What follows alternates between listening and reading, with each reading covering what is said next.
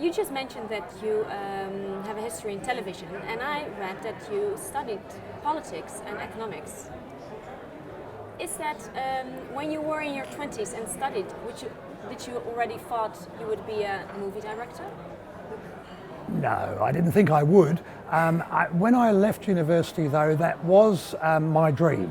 When I was at university, I was very engaged in filmmaking. I actually sort of ran the film society at the university and made quite a lot of money and bought a camera and set up a filmmakers co-op and made a few student films. And it was my plan to go to South America, where I'd met a couple of guys, and set up a documentary film company there that would make money from the oil companies in Ecuador, and we would make sort of realist political documentaries to bring down the state in in all those dictatorships in South America. So that was my dream on leaving university. It didn't happen, needless to say. And look, for the next sort of 8 or 10 years, I didn't really feel that I would, become a filmmaker. I did, in fact, make a very short documentary in that time, but really I, was just living, working, travelling, not really getting myself together. And is it because you made a lot of documentaries and this is your first feature film? Well, when I look at it, I also think there may be a documentary component in it, and let me disagree, yeah. Mm-hmm. But let me explain, because there are a lot of locals in it, right?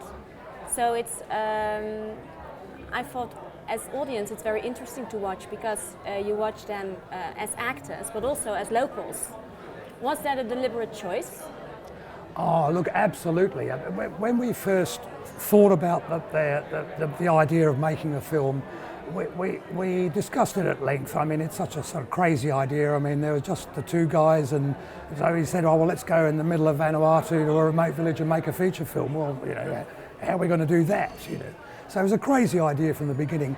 But we did take it seriously, and we thought, look, if we can keep the story and the characters authentic to the culture.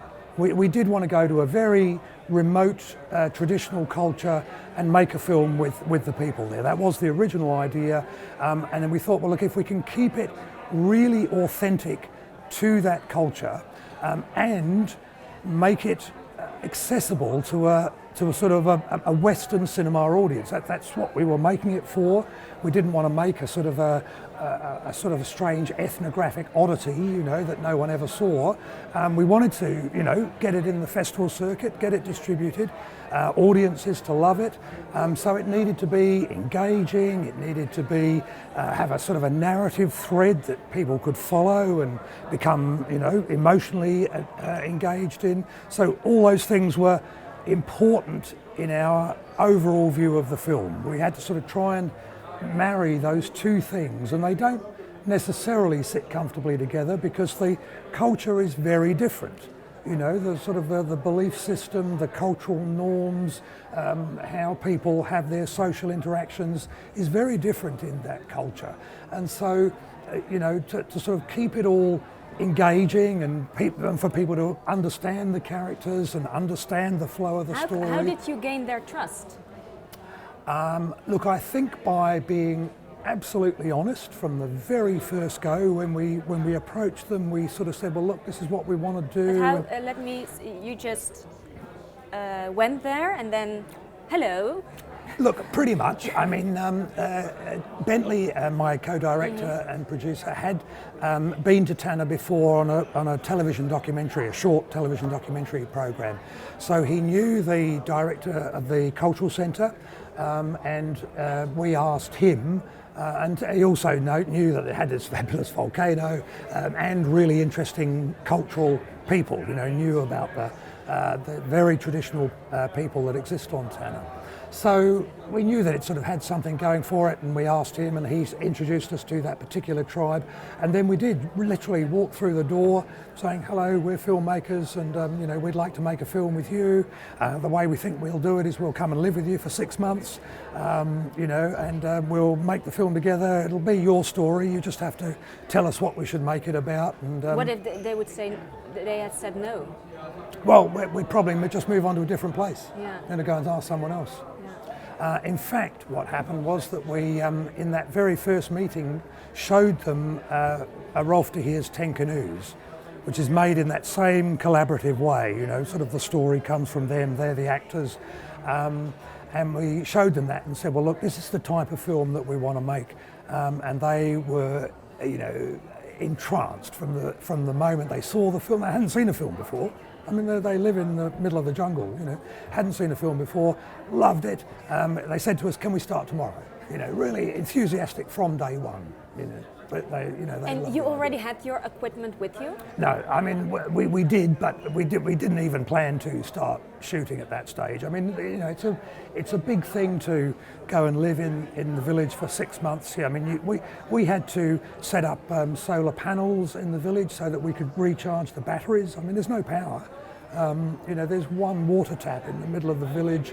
You know, this is basic. Everything is grass, you know, dirt floors, everything gets filthy. You know, life there was very tough in its own right. To make the film, we had to prepare a lot. And, yeah, I saw this amazing photo of the two of you with the traditional clothing. Yes.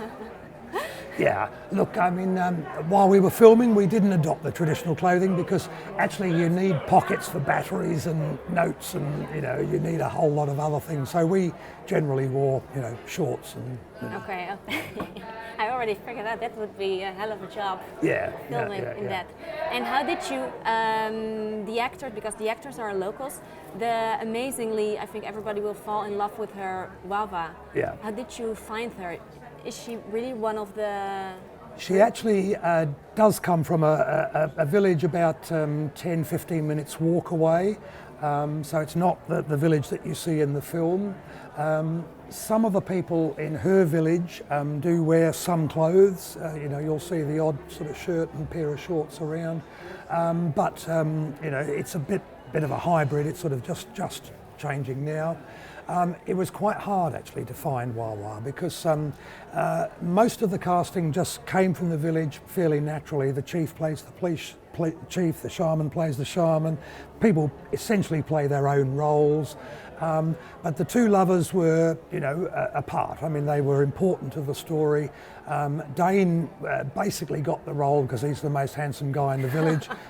They suggested him, you know, they sort of know that he's a good looker and, you know, and so, you know, we agreed. I mean, he was, actually when he first came to the audition, he had a sort of a full beard, you know, really sort of like big beard. And I was worried that he looked a bit too old for the role, you know, needs a teenager look. So we said to him, well, look, would you mind shaving off the beard and, you know, sort of like, you know, just to sort of see what that looks like, you know.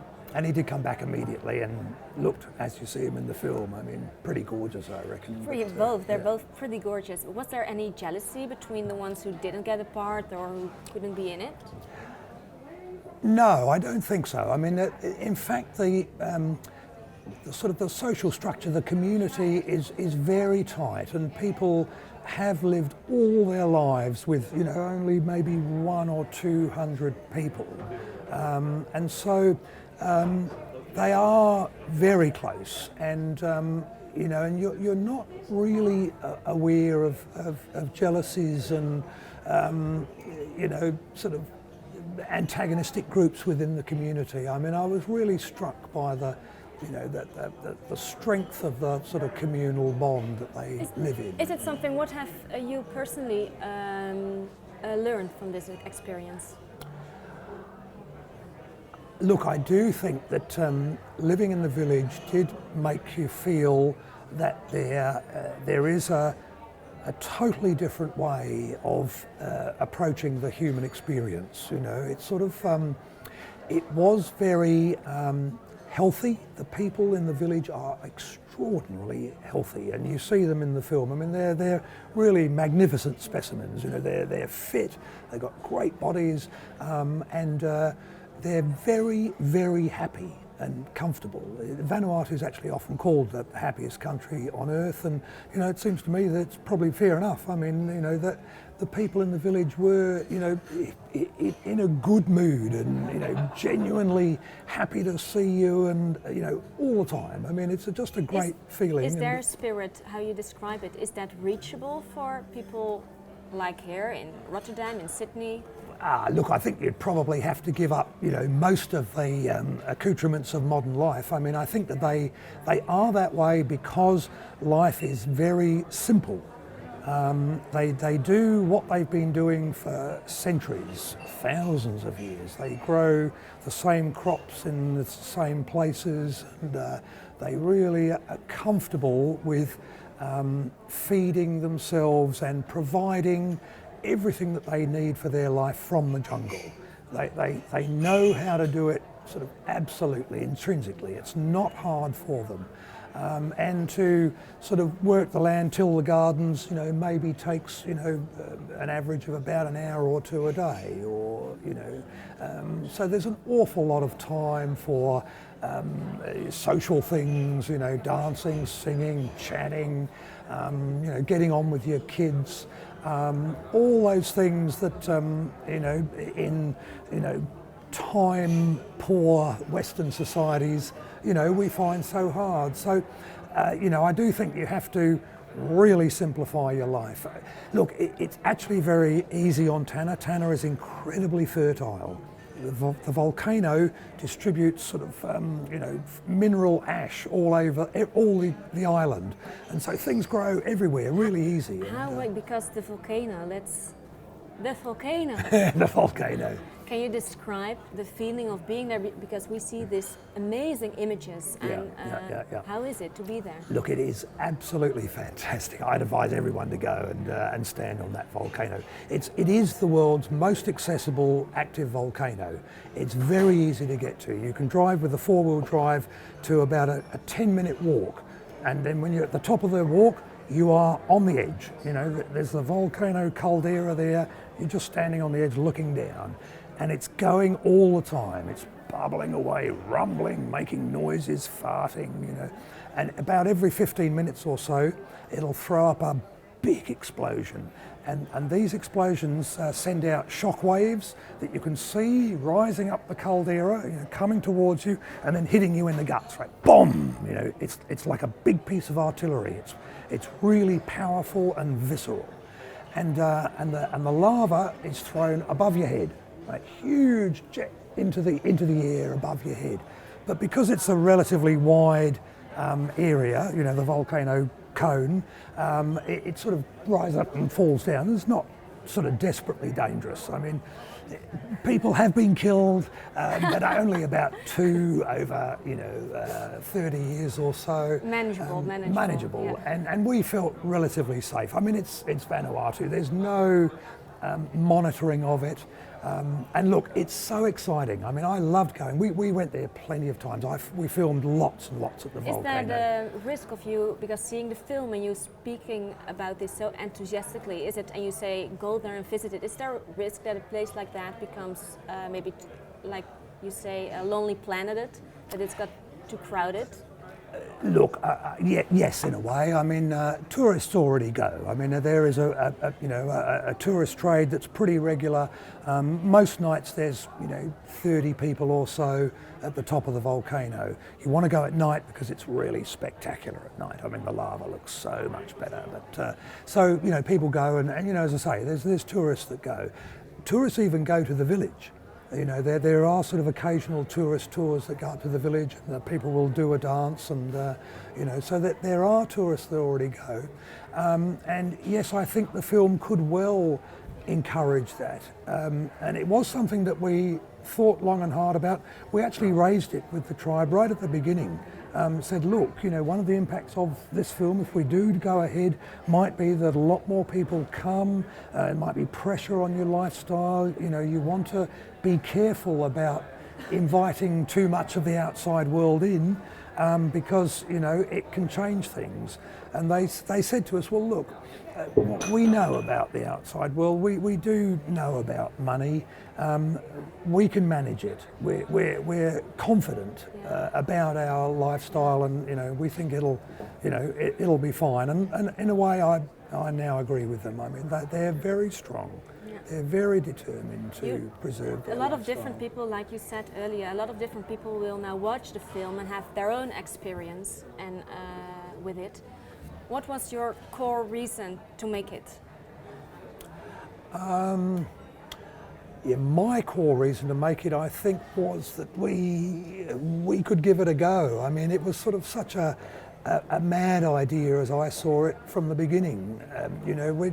We'd never made a drama before. It had no stars in it at all. It was made in a remote corner of Vanuatu, therefore subtitles and in a completely foreign language. Who was going to give us any money to make this film? How could it possibly be made? It was sort of such a. Well, how could it?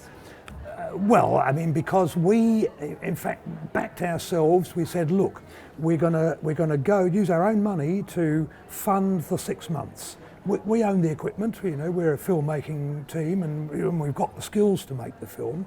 So we went and, on our own money, shot most of the film.